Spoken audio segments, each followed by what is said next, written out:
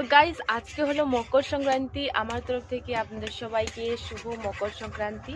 তো এই দেখো মকর সংক্রান্তি উপলক্ষে মা এদিকে বিউলি ডালের চকরি করছেন, আর আমি এদিকে বসে গেছি ভাপা পিঠা মানে মাড়া পিঠা ডুমকোমালা পুর ভরতে। তো কয়েকটা আমি করে নিয়েছি, মাও কয়েকটা করে নিয়েছেন সাথে। আর এইদিকে দেখো এদিকে আছে তিল আর নারকেলের যেটা পুর বলে, খোসা ছাড়ানো ছিল না, তো বাড়িতেই ছাড়ানো হয়েছে, এই জন্য কালো হয়ে গেছে। আর নারকেল, আর এটা নারকেল দিয়ে পুর করা হয়েছে। বোন বলছে যে নারকেল দিয়ে পুর খাবে, তো ওর জন্য একটু করে দেওয়া হচ্ছে, বাকি তো খাবেই তিলে দিয়ে।